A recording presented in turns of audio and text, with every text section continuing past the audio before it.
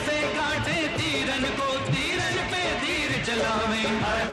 Hello दोस्तों, अभी आपने जो देखा सही ही देखा, इसको मनोरंजन के रूप में नहीं लेना है। देखिए कैसे जब इधर से एक व्यक्ति तीर चलाता है तो इधर से दूसरा व्यक्ति जब उसको काटने के लिए तीर चलाता है, दोनों तीरें एक जगह आके मिलती हैं तो दोनों का लक्ष्य एक ही है। ठीक है, तो अपने आप को ऐसा बनाइए कि आपका निशाना सीधा आपके लक्ष्य पर लगे। ठीक है, तो IAFX ग्रुप में आपका स्वागत है। और कल जो हमने एक वर्ड दिया था वो वर्ड था आपका शैकराइन, SACCHARINE। ठीक है, तो इसका जो सही आंसर दिया है उस बच्चे का नाम है मनोज कुमार। बहुत अच्छी बात है, बहुत अच्छा कर रहे हैं आप मनोज कुमार, बधाई के पात्र हैं आप। तो इसकी मीनिंग होती है आपकी दो मीनिंग, एक तो वेरी स्वीट, वेरी स्वीट। ठीक है, ये किसी पर्सन के लिए भी हो सकता है। वेरी स्वीट जो है किसी पर्सन को कह सकते हैं। ठीक है, बहुत स्वीट पर्सन है। और ये टेस्ट में भी स्वीट। ठीक है, दो टाइप्स के। और दूसरा आपका होता है वेरी इमोशनल, वेरी इमोशनल और सेंटिमेंटल, वेरी इमोशनल और सेंटिमेंटल, सेंटिमेंटल। ठीक है, तो ये हमारा जो कल का शब्द था वो था। आज हम लोग एक नया टॉपिक स्टार्ट करेंगे और उस टॉपिक का नाम है नरेशन। बहुत से लोगों ने पढ़ा होगा, बहुत से लोगों ने नहीं पढ़ा होगा। बस धैर्य को बनाए रखिए, ऐसी ऐसी चीजें आपको यहाँ पे बताई जाएंगी जिससे आपको अपने लक्ष्य की प्राप्ति में बहुत ही आसानी होगी। ठीक है, तो आइए, जो आज का टॉपिक है वो हमारा नरेशन। नरेशन, सबसे पहली बात आती है कि नरेशन होता क्या है। तो सिंपली अगर इसकी हिंदी मीनिंग हम लोग देखें, नरेशन का मतलब होता है कथन। ठीक है, किसी के द्वारा कही गई कोई बात कथन हो जाती है। ठीक है, तो अब देखिए नरेशन शब्द जो है वो एक इंग्लिश का वर्ड होता है नरेट। नरेशन शब्द इंग्लिश के वर्ड नरेट से बना है, जिसका मतलब होता है कहना। अर्थात किसी के द्वारा कही गई कोई भी बात वो क्या हो जाती है, आपका नरेशन, कथन हो जाता है। ठीक है, अब देखिए नरेशन के दो पार्ट होंगे। किसी के द्वारा जो कही गई बात होगी वो सिंपली, अगर कोई मुझसे, हम दो व्यक्ति आपस में बात कर रहे हैं। ठीक है, एक व्यक्ति ने दूसरे व्यक्ति से कुछ कहा और वो दूसरा व्यक्ति तीसरे व्यक्ति के पास जब जाता है तो जैसे पहले वाले व्यक्ति ने कहा था वैसे ही वो तीसरे वाले व्यक्ति को बताता है और उसमें कोई भी चेंज नहीं करता है। तो ऐसे वाक्य जो होते हैं, ऐसे जो नरेशन में, इनको दो भाग में डिवाइड किया गया।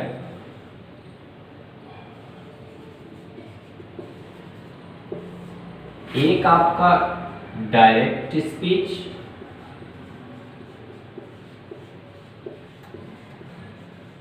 और दूसरा आपका इनडायरेक्ट स्पीच, इनडायरेक्ट स्पीच। अब डायरेक्ट स्पीच कैसे, एक एग्जांपल इसका देखिएगा। Ram said to Mohan,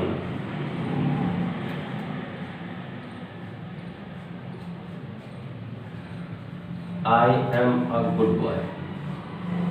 Ram said to Mohan, I am a good boy। एक राम व्यक्ति है, एक पर्सन मोहन है। ठीक है, राम ने मोहन से कहा कि मैं एक अच्छा लड़का हूं। अब यही बात अगर राम किसी और को जाके बताता है, मोहन किसी और को जाके बताता है, तो बात को बिना चेंज किए अगर बता रहा है तो जो है मैं एक अच्छा लड़का हूं, ऐसे ही। ठीक है, अब देखिए अगर इसी बात को वो चेंज करता है कि राम ने मोहन से कहा he is a good boy, he is a good boy. Ram ने मोहन से कहा कि वह एक अच्छा लड़का है। ठीक है, बात दोनों का मतलब मीनिंग वही आ रहा है, लेकिन कहने का जो तरीका है वो डिफरेंट है। ठीक है, तो डायरेक्ट स्पीच और इनडायरेक्ट स्पीच। ठीक है, इसको लिखिए, फिर इसके बाद इसके आगे समझाते हैं।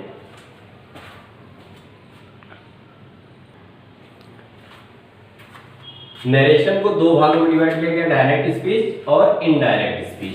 अब देखिए डायरेक्ट स्पीच क्या होती है कि जो भी स्पीच है, speech given by narrator, speech given by narrator मतलब जो भी कह रहा है, कहने वाला जो है उसके द्वारा जो स्पीच दी गई उसको एग्जैक्ट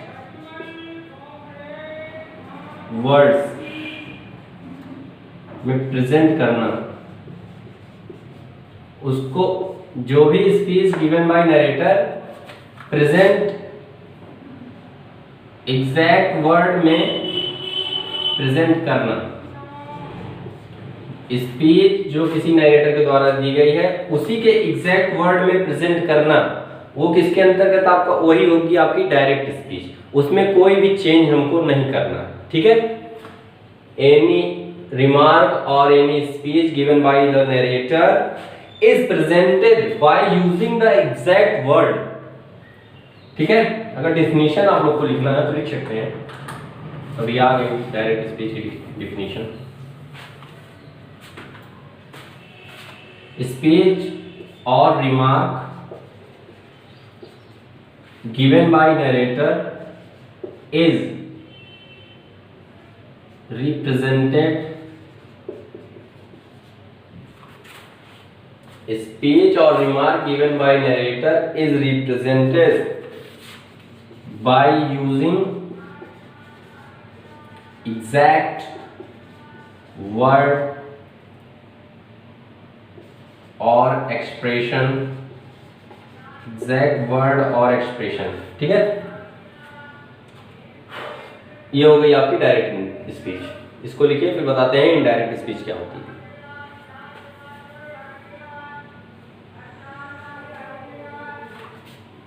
देखिए अब इसमें क्या हमको बताना है कि जो भी नरेटर ने कहा है उसकी exact meaning, exact meaning of the speech, exact meaning of the speech or remark without using the exact word or expression of the narrator। Exact मतलब मीनिंग, सामने वाले व्यक्ति को मीनिंग समझ में आ जानी चाहिए कि उस नरेटर ने क्या कहा, लेकिन उसके एग्जैक्ट वर्डों में हमको नहीं बताना। ठीक है, इसको लिखिए, फिर इसके बाद बताते हैं डायरेक्ट स्पीच। आइए स्टूडेंट देखते हैं अब डायरेक्ट स्पीच।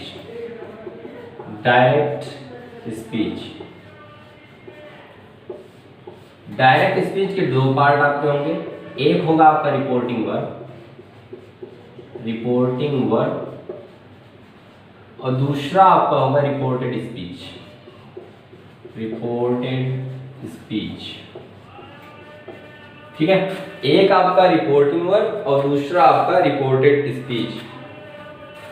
देखिए इसमें क्या होता है कि वर्ब, ऐसी वर्ब जो कि नरेटर के द्वारा यूज की जा रही है। ठीक है, वर्ब जो कि नरेटर के द्वारा यूज की जा रही है कि स्पीच को स्टार्ट करने के लिए नरेटर के द्वारा जो भी वर्ब यूज की जा रही है वो आएगी आपकी रिपोर्टिंग वर्ब में, और जो भी उसके द्वारा स्टेटमेंट दिया जा रहा है वो आपका आएगा रिपोर्टेड स्पीच में। इसको लिखने का जो तरीका है, लेट्स सपोज एग्जांपल इसका एक देखते हैं। He said to me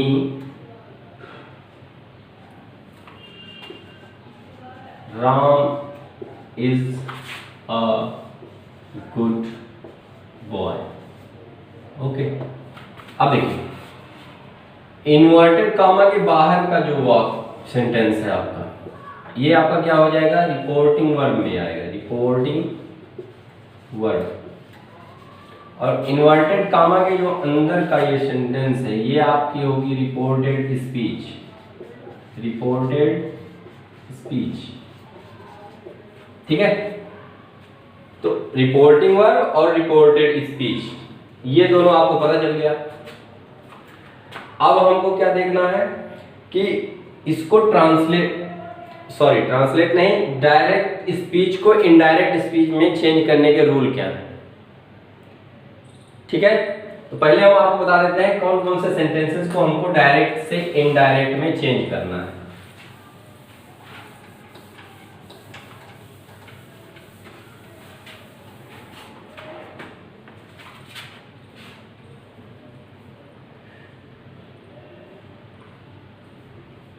हमको चेंज करना सबसे पहले असर्टिव,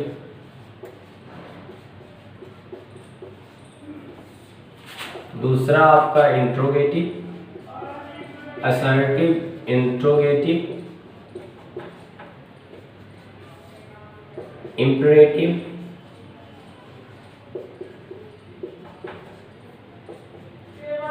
ऑप्टेटिव